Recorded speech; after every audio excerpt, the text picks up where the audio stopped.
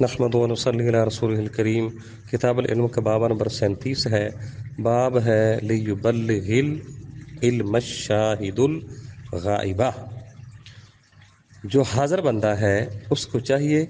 کہ غیر حاضر کو علم کی بات پہنچا دے۔ قال ابن عباس عن النبی صلی اللہ علیہ وسلم، یہ بات سیدنا عبداللہ بن عباس نے رسول اللہ صلی اللہ علیہ وسلم سے بیان کی ہے، اور یہ حدیث امام بخاری رحمہ اللہ تعالیٰ آگے چل کر مکمل مفصل بیان کریں گے۔ پہلے باب میں یہ مسئلہ تھا کہ اپنے آپ کو سمجھانے کے لیے بار بار بندہ پوچھ سکتا ہے، اب دوسروں کو سمجھانے کے لیے بھی ایسا کام کیا جا سکتا ہے، ان کو بار بار سمجھایا جا سکتا ہے۔ حدیث نمبر 104 ہے۔ امام بخاری رحمہ اللہ کے استاذ ہیں عبداللہ بن یوسف، جن کا تعلق مصر کے ساتھ ہے، اور اس حدیث کے راوی ہیں سیدنا ابو شریح،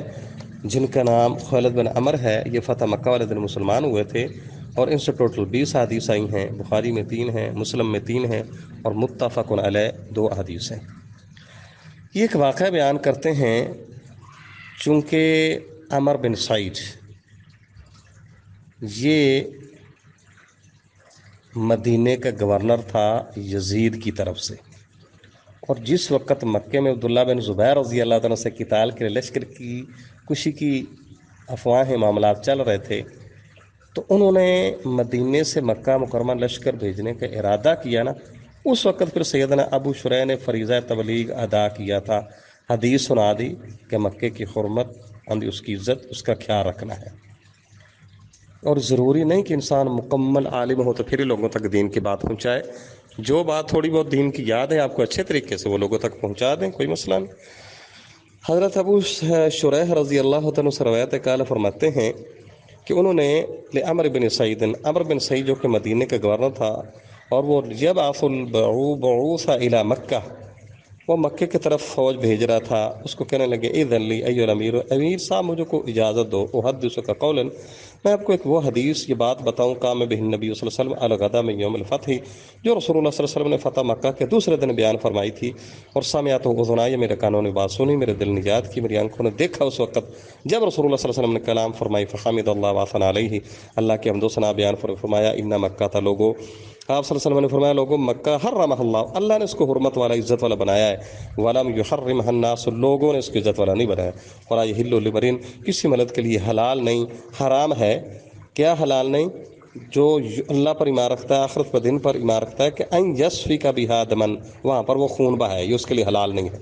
ولا یعضد بہا شجرۃ، اور نہ اس کو درخت کاٹنے کی اجازت ہے، یہاں پر وہ بھی حلال نہیں ہے کام، یہ کو مکہ کا تقدس اور احترام ہے۔ فإن أحد ترخص لقتال رسول اللہ صلی اللہ علیہ وسلم فيه، اگر کوئی شخص رسول اللہ صلی اللہ علیہ وسلم کے قتال سے جواز پیدا کرنے کی کوشش کرے، جس طرح آپ نے فتح مکہ والے دن، تو اس کو کہہ دینا کہ ان اللہ قد آذن لرسولہ، اصل میں اللہ تعالیٰ نے اپنے رسول صلی اللہ علیہ وسلم کو اجازت دی تھی، ولم یأذن لکم، تمہیں اجازت اللہ نے نہیں دی، وانما، اور آپ فرمایا کرتے تھے اللہ نے مجھے اجازت دی تھی، ساعۃ من نہار، دن کی کچھ گھڑی، ثم عادت حرمتها اليوم كحرمتها بالامس، پھر اس کی حرمت ایسے ہی ہوگی جس طرح کل تھی، اور پھر آپ فرمانے لگے لیبلغ الشاہد الغائبہ، جو لوگ حاضر ہیں یہ غیب لوگوں کو بات پہنچا دیں۔ ابو شریح سے پوچھا گیا کہ پھر عمر نے کیا کہا، کہنے لگے میں تجھ سے زیادہ جانتا ابو شریح کہ ان مکہ لا تعز عاصیا، مکہ کسی گنہگار کو پناہ نہیں دیتا، ولا فارم بدم، اور نہ ہی جو بندہ قتل کر کے بھاگا اس کو پناہ نہیں دیتا، ولا فارم بخربۃ، جو بندہ چوری تخریب کر کے بھاگا ہو اس کو بھی مکہ پناہ نہیں دیتا ہوتا۔ یہ روایت صحیح بخاری میں 3 دفعہ آتی ہے، اور دوسری حدیث 105 نمبر، یہ پہلے بھی ایسے گزر چکی ہے، اس کے راوی سیدنا ابو بکر ہیں کہ ذکر النبی صلی اللہ علیہ وسلم قال فإن دماءکم واموالکم، وہ کہ رسول اللہ صلی اللہ علیہ وسلم کو ذکر کیا، فرمانے لگے کہ رسول اللہ صلی اللہ علیہ وسلم نے فرمایا تھا تمہاری جانیں، تمہارے مال، اور امام محمد بن سیرین رحمہ اللہ فرماتے ہیں آرازہ کو، تمہاری عزتیں،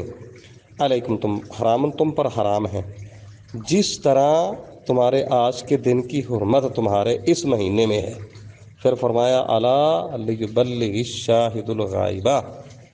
آپ نے فرمایا بھائی جو حاضر ہے نا وہ غیر حاضر تک یہ بات پہنچا دے۔ اور کانا محمد، امام محمد بن سیرین فرمایا کرتے تھے صدق رسول اللہ، رسول اللہ صلی اللہ علیہ وسلم نے سچ فرمایا، ایسا ہی ہوا، الا هل بلغت مرتين، اور آپ نے ایسا 2 بار فرمایا تھا۔